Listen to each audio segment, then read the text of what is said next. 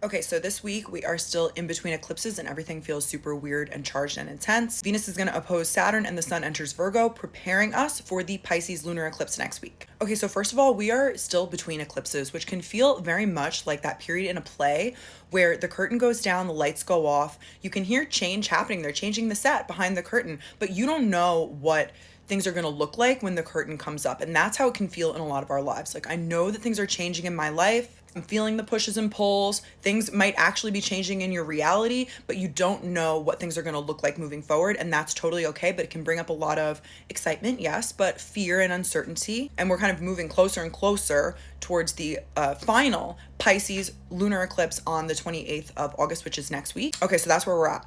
On Tuesday, Venus is going to begin to oppose Saturn. It will be exact on Friday. So basically, and then it kind of lingers. So kind of all week, we're dealing with this Venus opposite Saturn, Venus in Libra opposing Saturn in Aries, which is very much facing issues or difficulties or complexities or roadblocks, delays, facing reality in your relationships, and also your relationship to your own self-concept, self-confidence, potentially money stuff. It's just this period where you can really feel, and Saturn's retrograde too, so it can be like shit from the past coming back, or stuff that you thought that you dealt with or have moved on from, really sort of expressing itself. But all of us in some way are having to being confronted with the truth of a matter, what we want, who we want, how to get what we want sort of vibe. Look to see what houses Libra and Aries rule for you in your chart, because that's going to give you more context as to where this energy is showing up. But macro big picture, Venus opposite Saturn brings up those topics that I just laid out. On Sunday, we're getting closer to that eclipse because Virgo, the sun